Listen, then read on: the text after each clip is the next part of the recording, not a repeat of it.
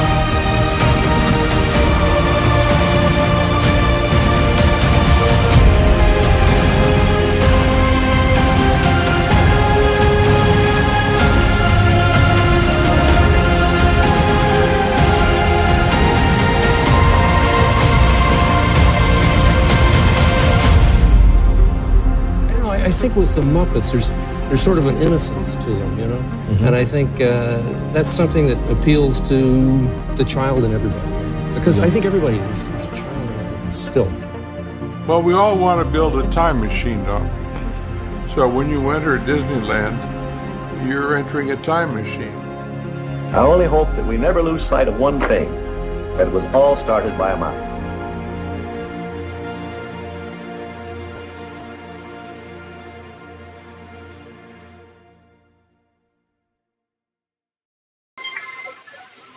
Well, hello everybody.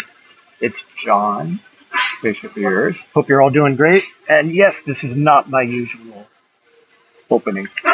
We are here at Westlake Center in beautiful Seattle. I hope you all can hear me okay. If you could give me some kind of indication in chat, if you could see me, that would be great. Let me say hello. Hey, there we are. So I'm in the food court here in Westlake Center, right at the end of the monorail station, and we're going to take a little ride. So before we do, I want to make sure that all the AV is working okay and you can hear and see me okay. And yeah, great. Thanks for the feedback. Hey, what do you think we take a ride? So let's head upstairs and we'll see how it goes. So you take these little escalator up here and you can see Monorail. So we'll go upstairs and we'll have some fun. So for those of you who don't know, there is a wealth of information and history about the monorail here in Seattle. It was first constructed for the 1962 World's Fair, and we'll go into some of that detail in a bit. But here is the entrance. If you can see that okay. And we already bought our handy dandy ticket, so we'll see how it goes.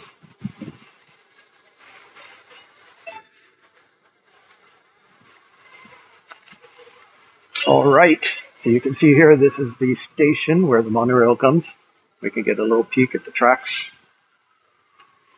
So we can see downtown Seattle. It's a little bit hard to see because we're actually in Westlake Center, right in the heart of the city. So we're amongst all the big buildings and things like that.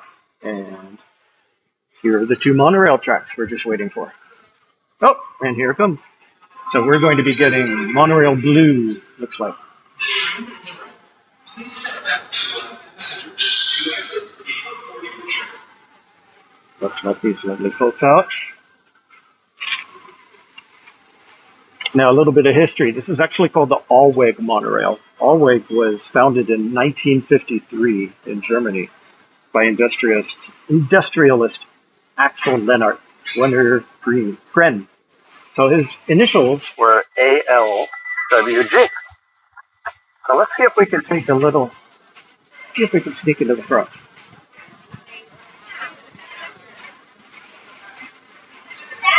I'll hop on the Monorail Blue here.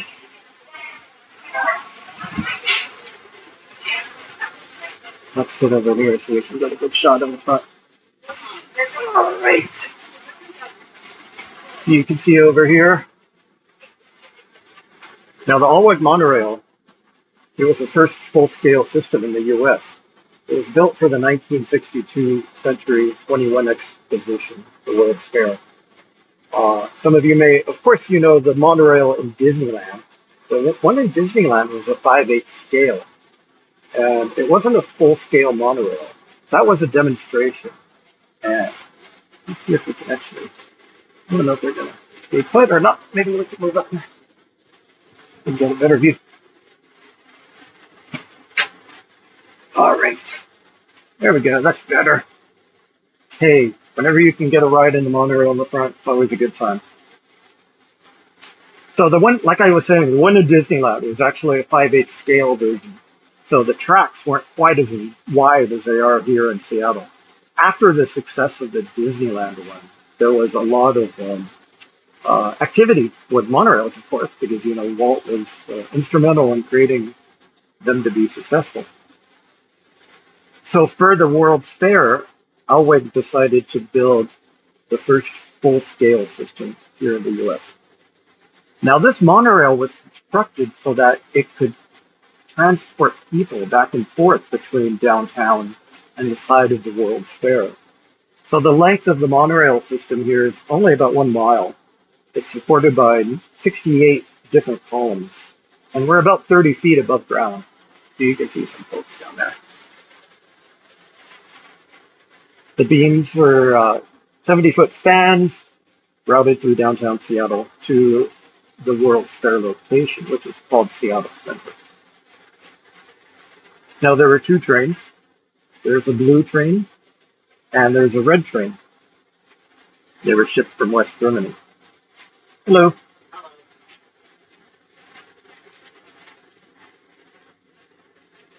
So I'm going to be a little quiet here so you can enjoy the ride.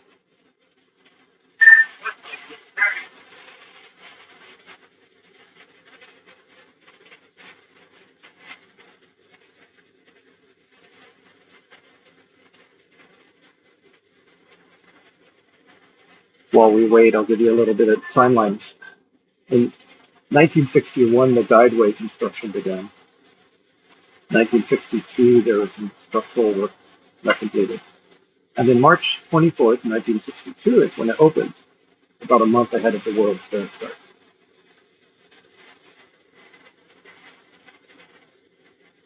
Now, the total cost of the system was $3.5 million. It was underwritten by Alweg. And it turns out that the fair revenues completely covered the cost of the monorail by the time the fair ended. Here we go.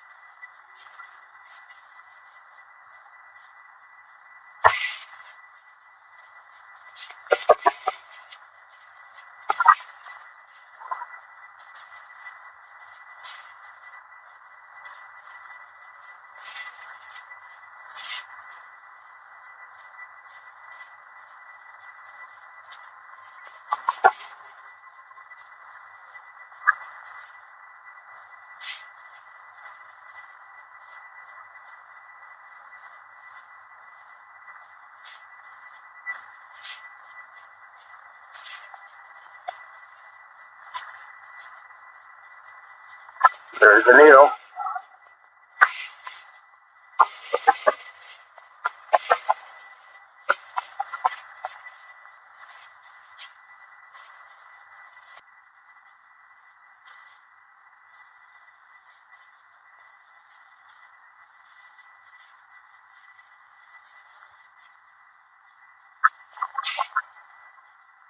This ginormous structure here is the Mopop.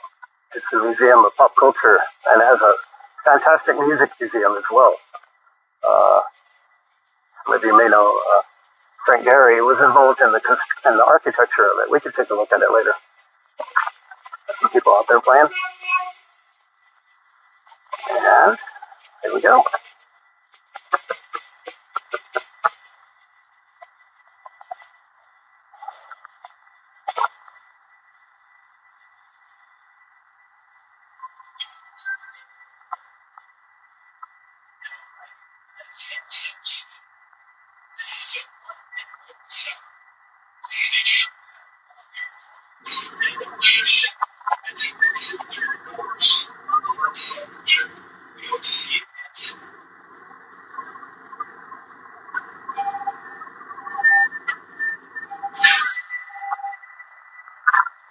Thank you very much. Have a good day.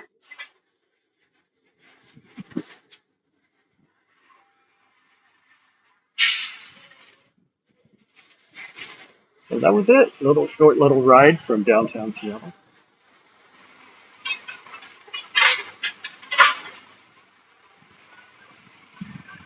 Now, like I mentioned earlier, the cost of the system was $3.5 million. And it turns out that the fair actually recovered all of that. So after the fair, the company responsible for the World's Fair, Century 21, received it at no cost. And it sold it to the city of Seattle in 1965 for $600,000. Oh, I forgot to get the sign.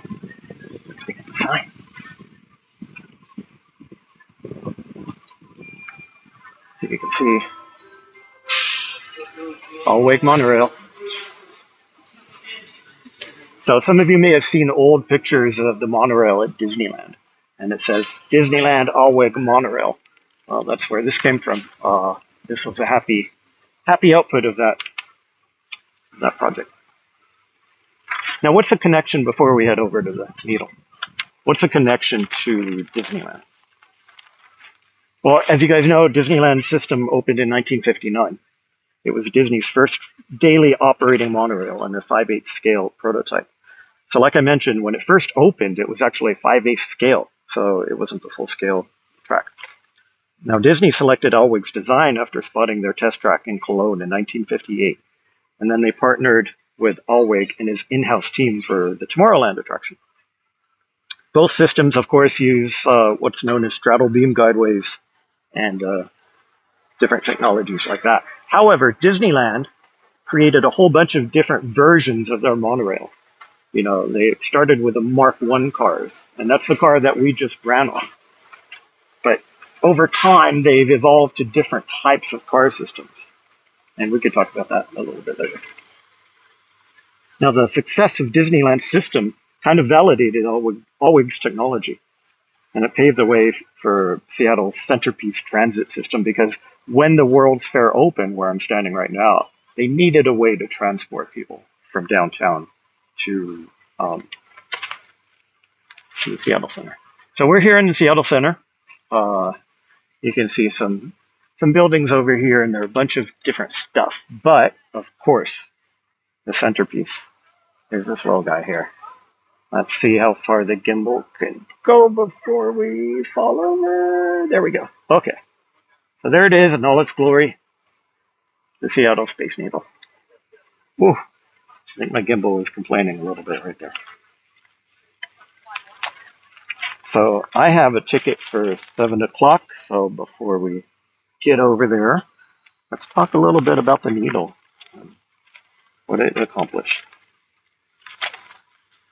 And while we do, we'll walk around a bit.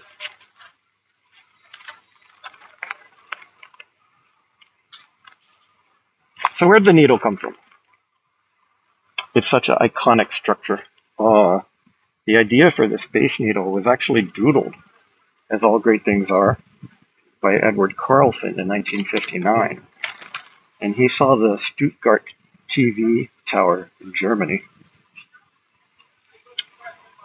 Let's see if we can get over here. Excuse me.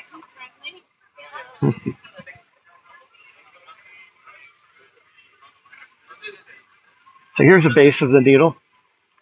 And let me support the phone a little bit. See if we can get a little bit taller, a little bit taller, a little bit taller. I'm trying not to prevent the phone from falling on my head. So like I mentioned, it was doodled by Edward E. Carlson in 1959 after seeing the TV tower in Germany. I'm just going to walk around here for a bit so you can get a sense of things. Initial concepts actually included designs that resembled a landed UFO, a tethered balloon, and even a cocktail shaker with a tram ferrying visitors to the top. Now, the final architect was John Graham Jr., with structural engineering by John Namazian, and Victor Steinbruch, who sculpted the iconic hourglass tripod profile.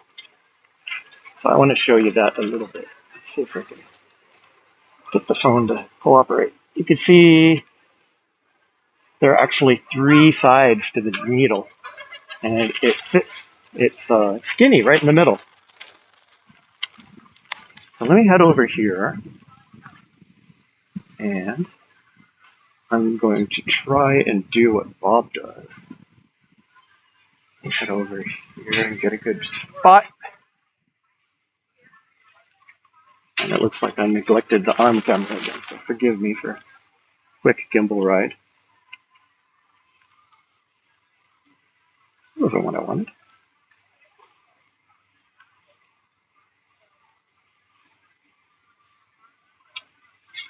Okay, let's try this.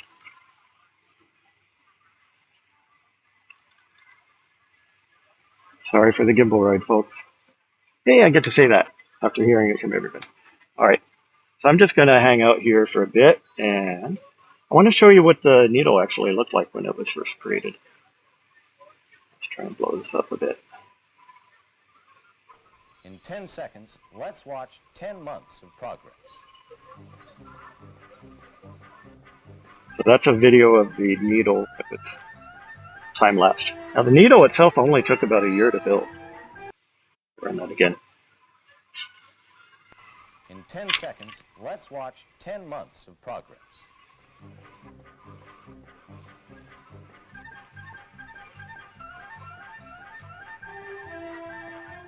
That's another fun videos here.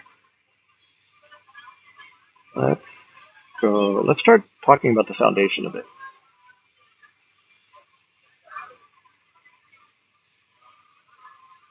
Let me know if you can hear that okay or not.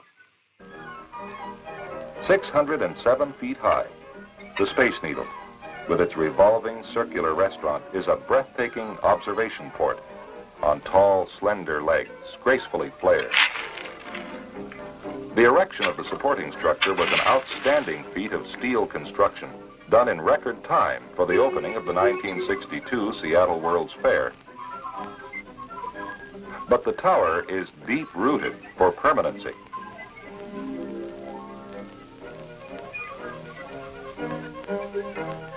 In this maze of structural steel reinforcing, 5,600 tons of concrete were buried in the ground to anchor the needle, which put the center of gravity of the spire below ground level for absolute stability.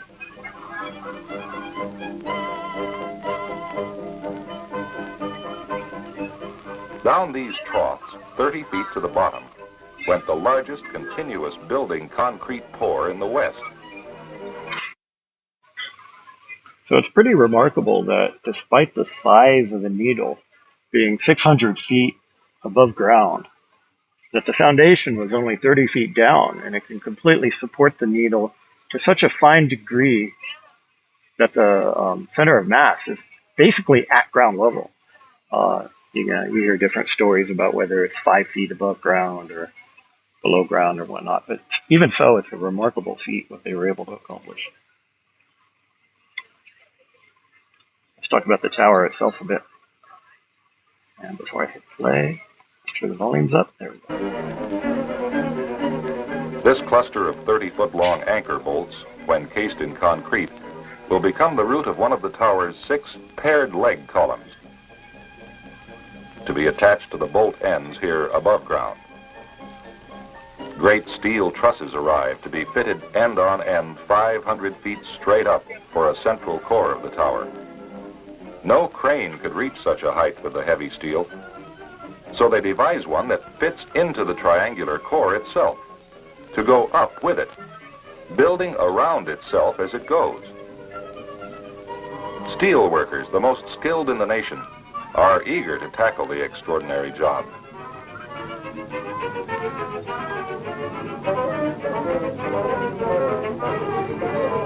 Massive steel pedestals go into place for a pair of leg columns. The columns are three-sided, made of triple I-beams weighing a half-ton per foot. They reach upward to the first 100-foot goal with a promise of what is yet to come. At 200 feet, an unfinished leg points straight on up at 400 more feet to go.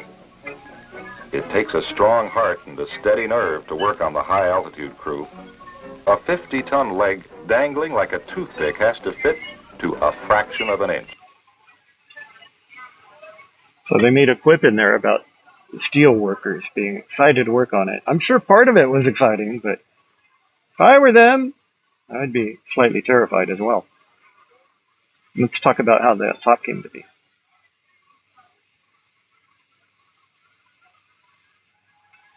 Back at volume. I'll walk around.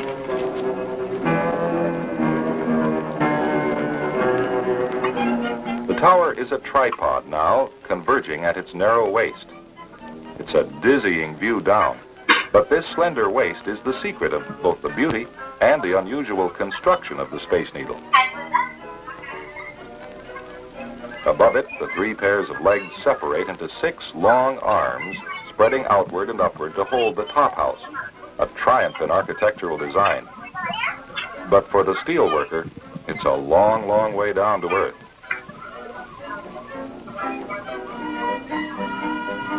And a long way back up. You arrive for duty at the 500-foot level. If your knees are a little shaky, you keep it to yourself. The job is to put a piece of the restaurant ring into place. It's a 40-ton section of steel. Already attached are the radial vanes that will form part of the sunburst at the base of the restaurant floor. The revolving floor will turn on these vanes. You have to be out on the end.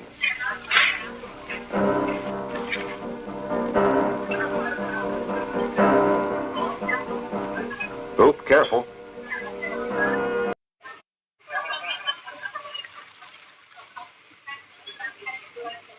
Don't want that hat to happen. One more. Ooh. Volume. In 6 months, they built the steel structure of the Space Needle, a remarkable piece of engineering, seemingly endlessly up, past the critical goal of the restaurant ring, to the astonishing 5-story, multi-disc top house which rests upon it. In 4 more months, that was furnished and complete. It's a thing of beauty. Above the sunburst of radial vanes, an encircling halo ring of red, 138 feet in diameter, extends from the mezzanine level. Between are the restaurant windows, outward sloping to the view. Still higher are the observation deck and the upper floors of machinery and equipment under a pagoda-like roof. Atop that, a 50-foot spire. Up in the sky, the needle beckons. Now, let's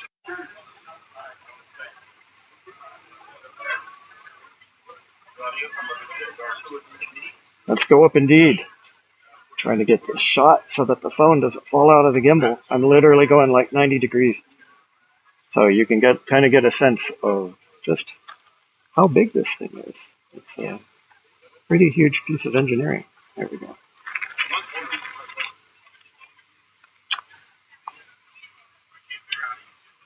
So the lot itself was purchased for about $75,000, just about 13 months before opening day for the fair. The foundation required a single continuous pour of 467 cement trucks, the largest concrete pour ever in the western U.S. at that time.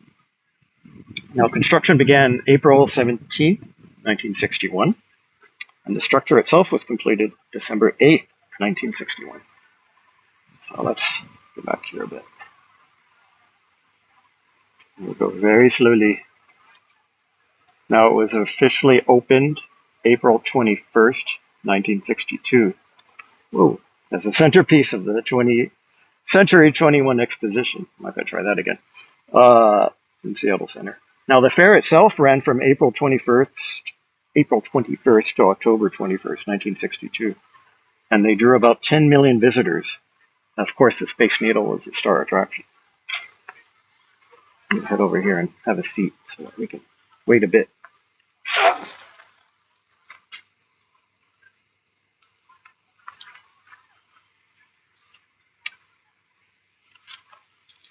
Now, the Needle itself weighs about 9,000 tons, about 9,500 tons, and it's engineered to withstand winds up to 200 miles an hour and earthquakes up to magnitude 9.0, which is pretty remarkable if you think about it. Now, there are 3 high-speed elevators. Let me try and tilt this a bit so that you could see. Maybe we could catch an elevator going up. There are 3 high-speed elevators that carry guests to the observation deck in about 41 seconds, give or take. So we'll take that ride in a little bit. It offers panoramic views of downtown Seattle, Mount Rainier, the Olympic and Cascade Mountains, and Puget Sound. The top contains about 6 floors accessible by elevators and stairs. Now, of course, it was designated a historic landmark in 1999. And the original paint palette, which debuted in 1961, had different colors. One was called Astronaut White, then they went to Orbital Olive, and then they had Reentry Red. Galaxy Gold was eventually the famous red top. So a lot of people, when they see the Needle, they think it's just white all the way. That was not the way it was originally. Originally, they had a red top that they called Galaxy Gold, I believe, even though it wasn't gold. Now, the Needle itself is special because it held the title of the tallest structure west of the Mississippi River from 62 until 69, when it was surpassed by another building here in Seattle, Seattle Safeco Plaza. Can't see it from here, but originally there was a restaurant on the bottom part of the top there. And the restaurant was originally named Eye of the Needle. And it was redesigned and expanded in 2000 to something called Sky City. And it was the world's oldest operating revolving restaurant. Unfortunately, it closed in 2017 for the $100 million Century project renovation. And what that involved is that it was replaced by something called the Loop Lounge. Now, the Loop Lounge is the world's first revolving glass floor lounge. So hopefully when we get up there, we'll be able to take a peek and we'll be able to look straight down, just like I'm looking straight up right now. There you can catch the elevator going up.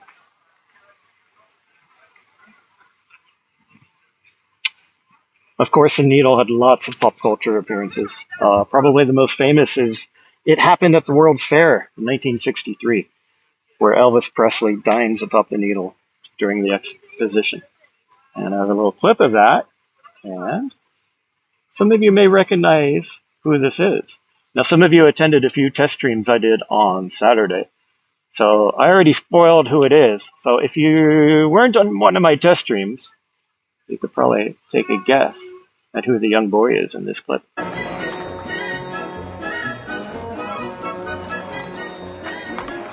Hey, kid, how would you like to kick me in the shin? How would I like to kick you in the shin? Uh-huh. Mister, are you drunk? No kidding. I'll tell you what. If you kick me in the shin real hard, I'll give you a quarter. Okay, go ahead, play it. Ah!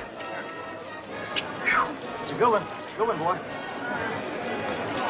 Adams, they're all nuts. Yeah, I saw a few answers in there. Dave got it. Beaker and Honeydew got it. Trish got it. It is a very young Kurt Russell That Happens at the World's Fair. It turns out that Elvis needed an excuse to get hurt so he could go visit the infirmary to advance a plot. Of course, there are lots of other appearances too. Austin Powers, they famously used the Space Needle, and they were poking fun at both the Needle and Starbucks. Of course, those of you who know and love your TV shows, Grey's Anatomy, of course, was based in Seattle, and they used the helipad across from the Needle a lot. And who could forget Frasier, right? Fraser was based here in Seattle as well. So, I think we talked about what we needed to. Let's try and head up. What time is it? Oh, I think it's time. Great. Let me get my ticket.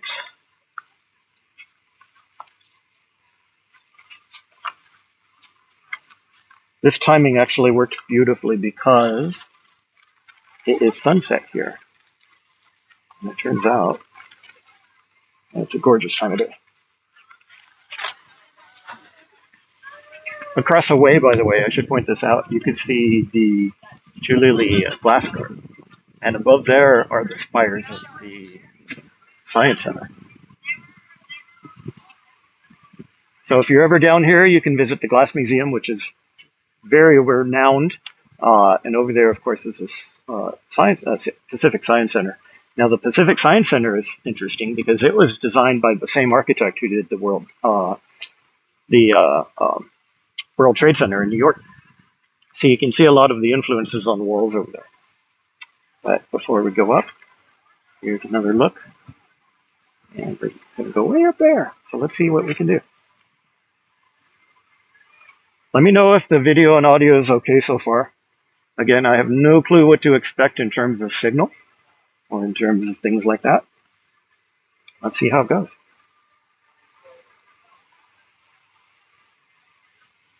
And if you guys have any questions or if you have anything that you'd like to know about, let me know. Maybe I can hunt someone out to get an answer for us. Yeah. Neil, keep in mind, the needle, like I mentioned, is 600 feet tall. So just imagine 3 Cinderella castles or 3 Spaceship Earths, one on top of each other. That's how tall this thing is.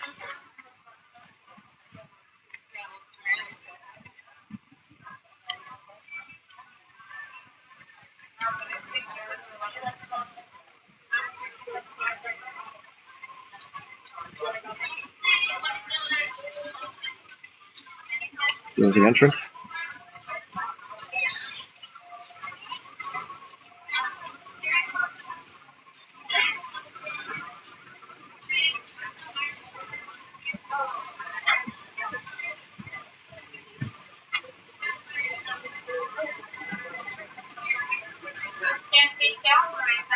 Okay. No, just me.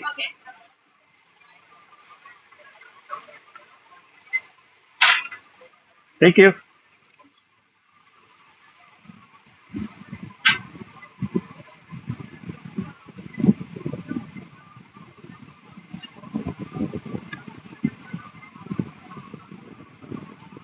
Thank you, Fire Dragon. Appreciate the heads up.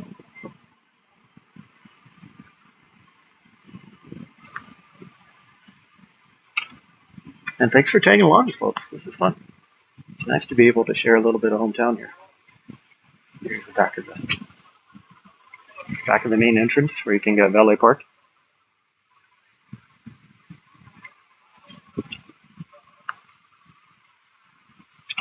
Security checkpoint.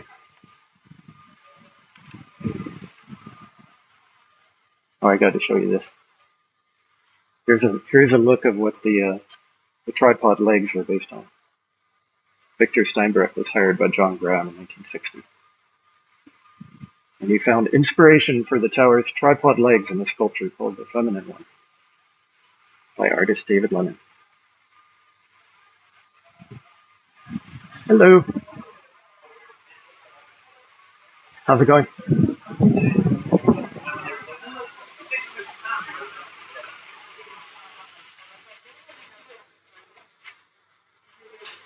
I'm just going to walk very slowly through some of these pictures. Some of these I already showed on the video, but you can get a sense of the history of it. Here's a picture of the foundation. Again, it was a single continuous pour of concrete.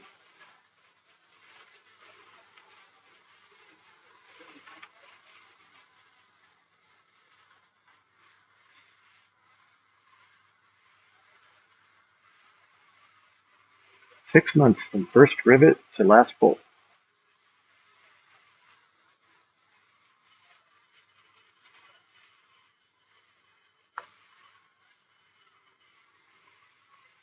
this is fun. I think this is the same video I showed you. Yep.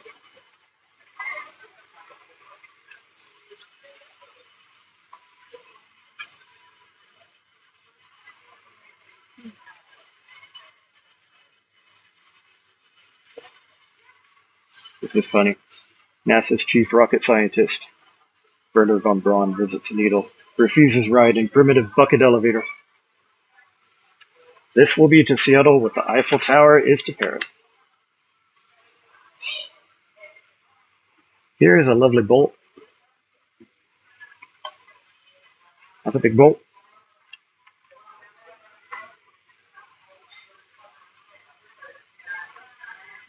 I love this quote. If we get this thing up without a single serious accident, that accomplishment alone will be equal to erecting the needle.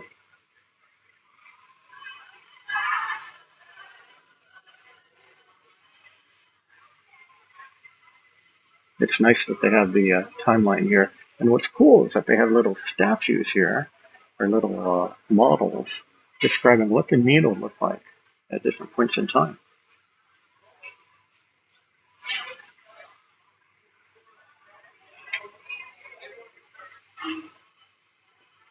This is fascinating to me. The restaurant on top is turned by only a 1-horsepower motor. So it was that exquisitely balanced. Now, originally, the restaurant made one complete turn each hour. Here's a great picture I love. There's a picture of this one at work. This is when they were testing the restaurant. So they actually built the restaurant turntable in a parking lot before the installation. Of course, revolving restaurants are now in use everywhere.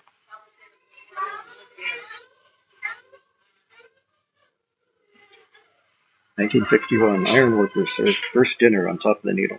An open-air buffet of roast turkey, wind-whipped potatoes, and pumpkin pie.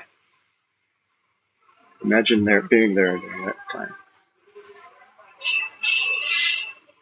Now, a lot of people don't know there was a gas flame originally on top of the needle. It was multicolored, but they didn't really use it that much because of the wind would often blow it up. Let's see if this works. There you go.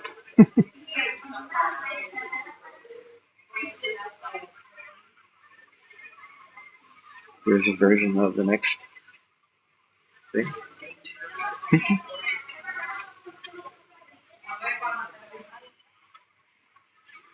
There's Life magazine. The restaurant did not take reservations for lunch or dinner. For dinner, there was a $5 minimum. Hey, these look familiar. 1962. Celebrity fair visitors often gathered underneath the needle, including Vice President Lyndon Johnson and astronaut John Glenn. Here's a picture of the colors I was talking about. The original colors for the needle were Galaxy Gold, Re-entry Red for the halo, Astronaut White for the tower, and Orbital Olive for the core.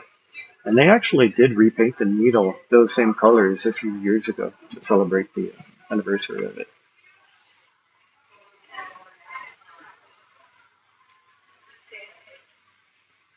Now, of course, I told you and showed you already about Elvis Presley. Elvis visited the fair to film It Happened at the World's Fair. Sure is. But the famous scene when Elvis was filming in the restaurant was actually filmed at a studio. Here's Richard Nixon visiting the fair in the needle. And RFK.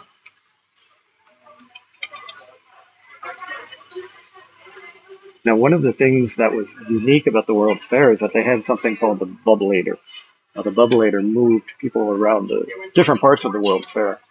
Unfortunately, they didn't keep it, which I think would be kind of fun if they kept that Bubbleator around. So let's head on over.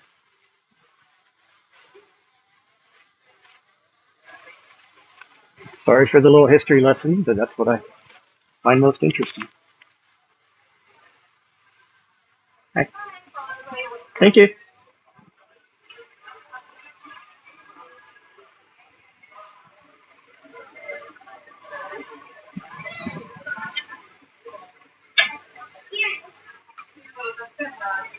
All right, which elevator should we take? Left, right?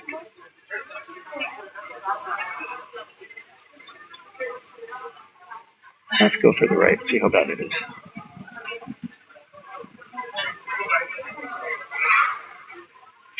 I'm not sure this is open, so I guess we should go left. We can all just pretend we're in the Disney ride here.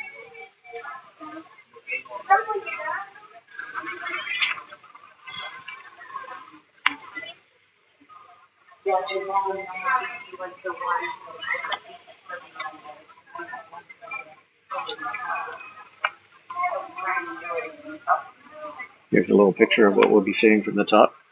Like I mentioned, they put in a glass floor fairly recently in the last few years.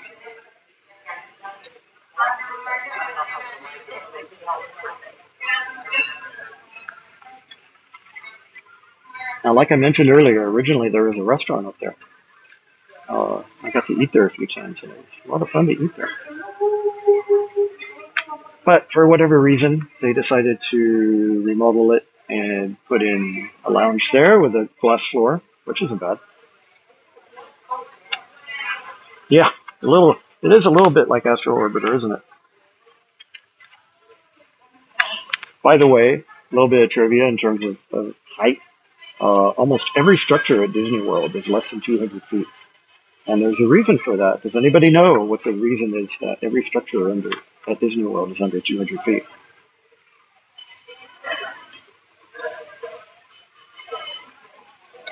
For example, Everest is 199, Tower of Terror is 199, Big Thunder is 197. That's right, they've got it. So if it's above 200 feet, you've got the FAA demands that you have a red light blinking on top. And you can imagine why having a red light blinking on top may not necessarily be the best thing for immersion when you have an immersive land like that. A lot of people don't know too that the Big Thunder Mountain is actually taller than Cinderella Castle. Cinderella Castle is 189 feet. Big Thunder is 197. Of course, Space Needle, if you put the Space Needle next to all of them, it would completely dwarf them all, because the Space Needle is more than 600 feet tall.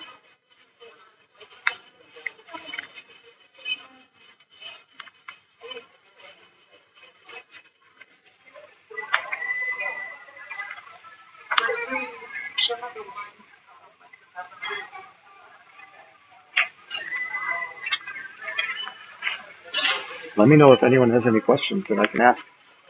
Here we go. Hello. Here we go.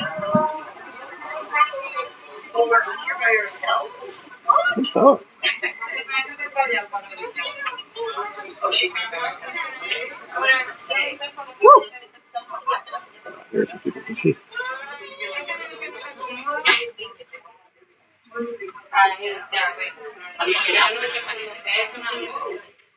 Oh my.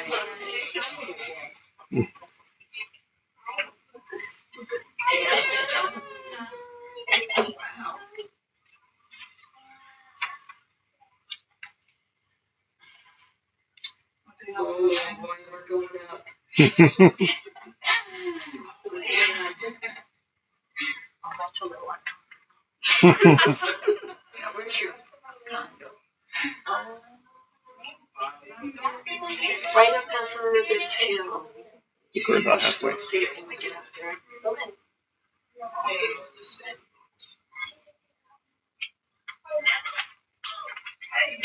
Enjoy the view. Thank you.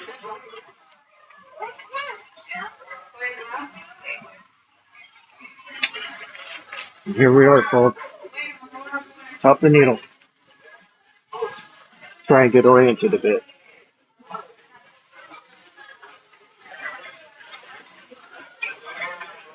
So over there you can see is Lake Union.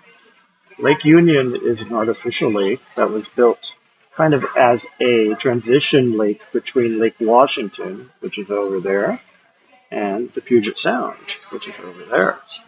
Puget Sound, of course, is saltwater. Lake Washington is fresh. So this is where the two There's an intricate system of locks and things like that. And the locks are fun to visit too because they have what they call a salmon ladder. And the salmon ladder actually is where the salmon travel during that part of the year, and you can actually see them jump, jump, jump, which is a lot of fun.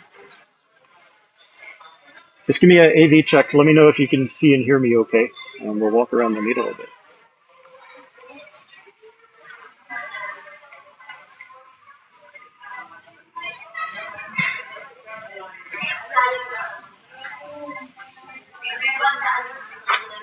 Here's downtown. Of course, back when the World's Fair first opened, it wasn't nearly this crowded. Seattle itself was pretty sparse, but they still needed a way to transport people between downtown and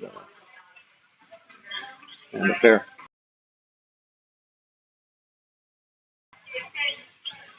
Wander over here.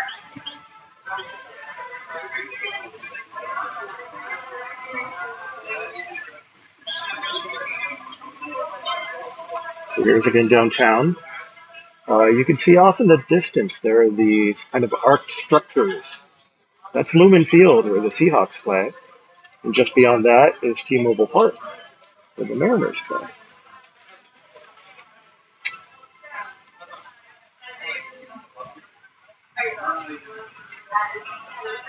We have a little cafe over here in case you get hungry.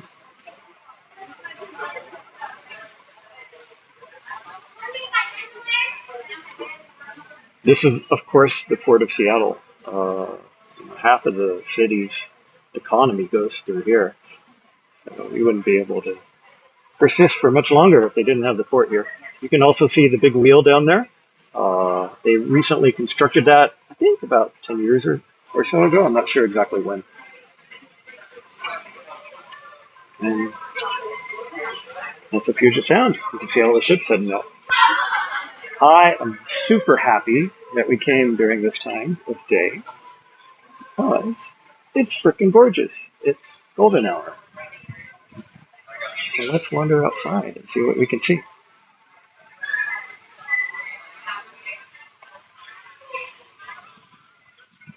Woo. Okay, where to begin? Let me try and tilt you down to get a sense of what we're looking at. So do you remember the glass museum I talked about? Well, there it is. It's way down there. And you can see the Seattle Science Center down here in all its glory.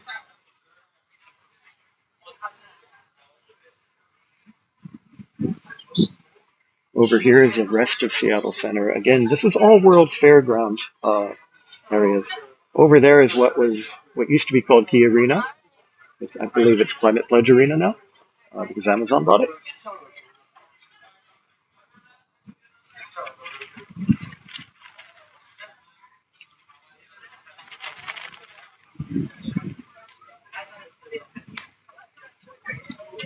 Let's see if we can head over here. And we did. Let's see. Sorry, a little gimbal ride. Move around here. Let's try and tilt down so you can see. 600 feet down, folks. One thing that you can't quite see because of the edge of the needle is in between the rods there, you can see a giant fountain. That fountain was there during the World's Fair, and it's still operating. So you can actually hop into that fountain down where it's spewing water and just get soaked. So we have our own little splash mountain. Over there is Queen Anne. Lots of pretty houses and such. But my goodness, how gorgeous is this? Seeing Lake Union with all these boats out today. I think all of the boats out are enjoying golden hour just like we are.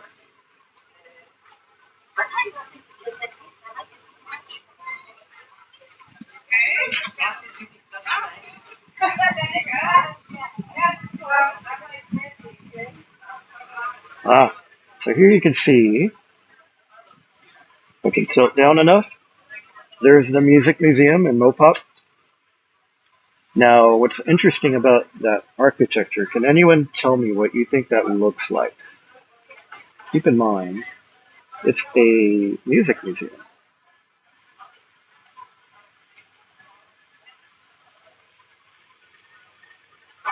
And by the way, you can see where the monorail lets in and out. That's the monorail line that we took in, and it went straight through the museum.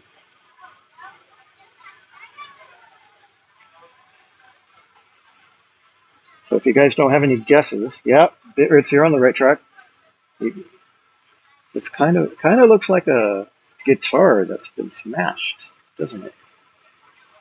It's a pretty remarkable building, especially from ground level.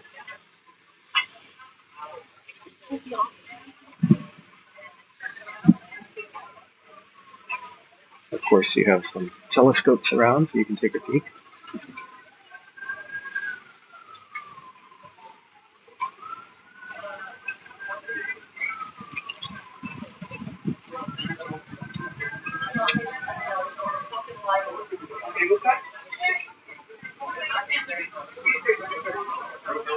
Here's downtown again. You know, not as grand as New York, but not bad. Trying to keep that view. And if we dare to tilt down, that's how tall we are.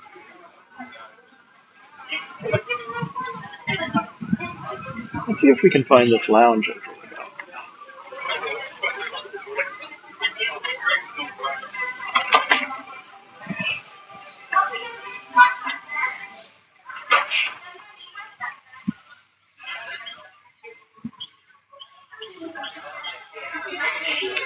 Don't miss the rotating glass floor. Access downstairs. Let's find it.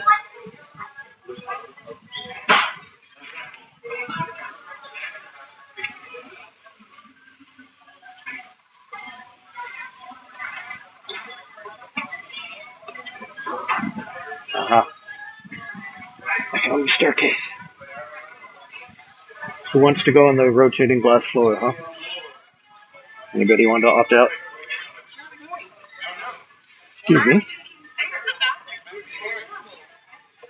The glass floor is around there. Yes.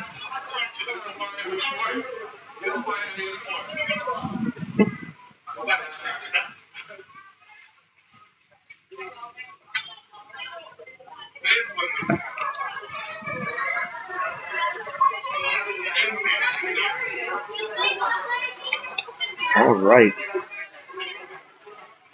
Do we dare to do this?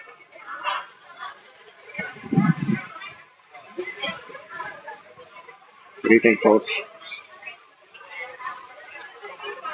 And yes, people are stepping on it like it's no big. Let's try. Ah. So this is a view straight down. You can see my shoes. And we're very slowly rotating. Here's a better view. So you can see the entire length of the needle going straight down. How crazy is that?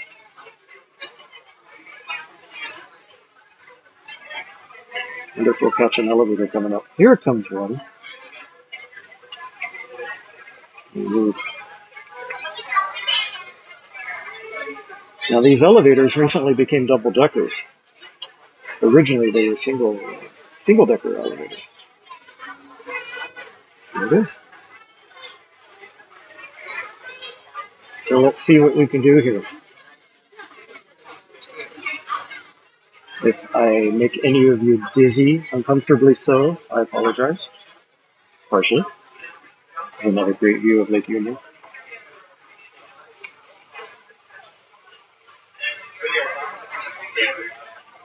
And this this is an interesting job. This is a bucket you can get in. Not everybody can get in, of course. But, you know, there are windows here, right? And the windows have got to be washed. So you got to hop in this thing and make your way around the outside of the needle, cleaning the windows. There's another view straight down. Again, I'm not moving, folks. It's rotating.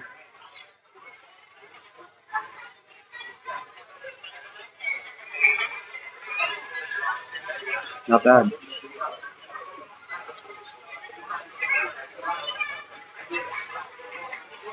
Let's walk around a bit, see what's around.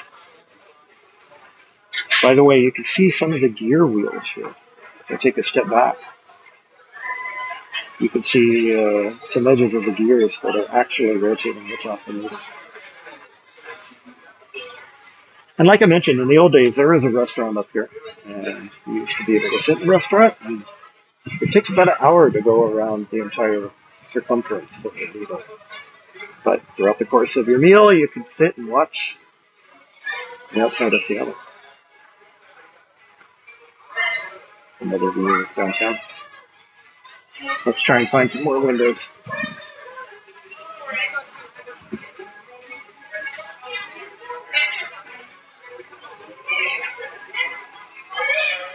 So down here, you can see the parking, valet parking, where cars pull in. And here's a great view of the meter itself.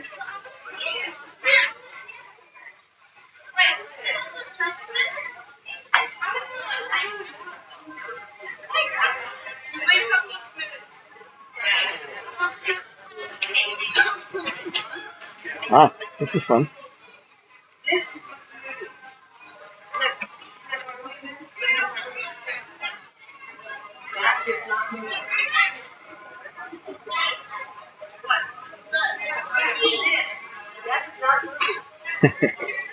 Here's some families trying to explain the physics of it. Much better view of Seattle Center here. So, like I mentioned earlier, there's a science center over there. I don't know if you could see on the screen or not, but the architecture of the science center was inspired by the same architect that did the World Trade Center in New York. So it's a nice little, I get a little teary, to be honest, whenever I'm over there, because I see the architecture and I'm like, it looks like World Trade Center. But it's nice to go visit and give it at least a little symbolic nod of the head. Over there is the arena. Originally it was Key Arena, now it's Climate Pledge Arena. And it looks fun. I don't quite know why they did this, but on top of that building over there, which is the armory, which is where all the food courts are, there's some spiders. So I want to reassure you that these spiders are not real. They're actually drawn on top of there. And of course over there is a big fountain. It looks tiny, of course, from up here. But when you're down there, the fountain looks enormous. And you can walk around the edge of that fountain to get soaked, which is a lot of fun. Over there used to be a sports arena. Look, I'm not quite sure what they're building down there now. And again, there's Green Mountain Hill.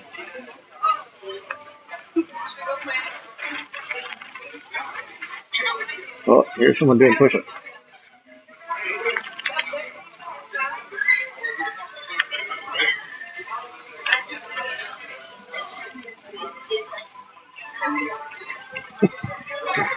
It's one way to get your exercise in.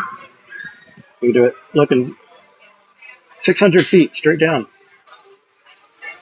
That's a good view for your gym, isn't it?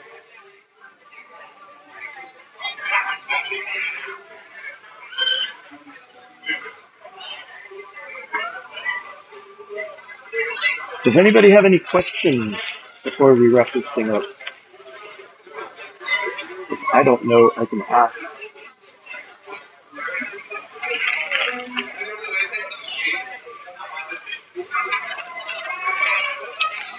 Yeah, Kate, isn't it? It's like a 1 horsepower motor.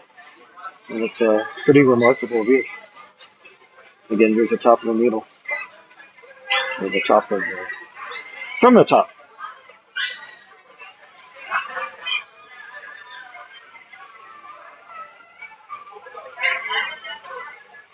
So it's kind of crazy to be standing right here on this glass, looking straight down 600 feet. Keep in mind, folks, 3 Cinderella castles worth. That's a good question, Kate. Normally, you enough that you can't see Mount Rainier here. Sorry, Kate, you didn't ask that. Doug asked it. No, Doug asked it too. Good questions, because you both asked it. Normally you'd be able to see it loud and clear, but there's just a little bit too much cloud cover, unfortunately. Oh, you know what? I take it back. You can. It's just very, very dim. Let's see if we can get a shot. So, I don't know if you can tell, and I'll try and zoom in here. I don't know if this will work. So, you see the top of that building. You can barely see. There we go. That's a better view. Here's Melrenia. So, again, it's very dim. I apologize that it's so dim.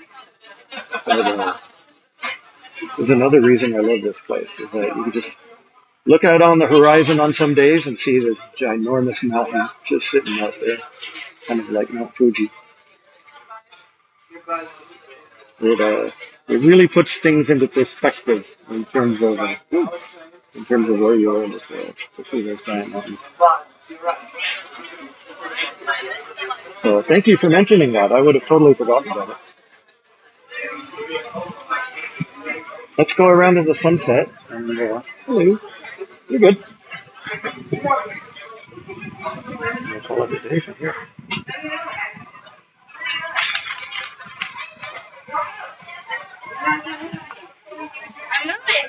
Can't go in these seats because I haven't bought a drink. But I figure this is a good place to wrap it up. We'll zoom out again.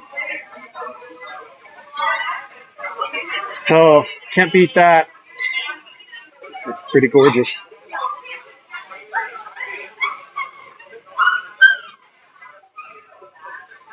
So again, the reason why I came up here in the first place was because we've been talking about World's Fairs quite a bit. Not only historically, but as foundations, especially what Epcot represented, what Communicore represented, things like that. So I'm grateful that many of these original buildings from the World's Fair are still around. There are too many World's Fair locations in the world where it's either been torn down or neglected or whatnot. And I'm grateful that these buildings still exist. I'd be happier still if we still had a World's Fair. Don't get me wrong. I think the world's missing that quite a bit. But given our society and given the technology that we're in, it's probably understandable. So, what's coming up next? We're going to be continuing our World's Fair theme. We'll get back to normal attraction analysis next week. I've had a bunch of different requests, and by the way, I'm so grateful. I got so many kind comments from so many people about the interview that my father and I did last week, and or the week before that. And if you haven't seen it, I encourage you to go look at it. It's we basically covered every topic under the sun, and it was a ball to get through. So thanks again, Dad, for doing that. So I've gotten lots of requests for different attractions. The one that rose to the top, continuing the World's Fair theme, is, of course, the Carousel of Progress. Carousel of Progress was a key attraction for the World's Fair that Disney participated in. So we'll be covering that one next week, teasing it apart as we normally do, and trying to place it in context with everything else. So I look forward to seeing you all there. And I want to give a big thanks to everybody who's in the chat and who's encouraged me doing this passion project. We have lots of interesting things coming up. We've gotten a few interesting emails that may bide good things in the future. But for now, I want to thank you all for coming, and I'll catch you next time. So, from the Space Needle in Seattle, I hope you all have a wonderful evening. Thanks.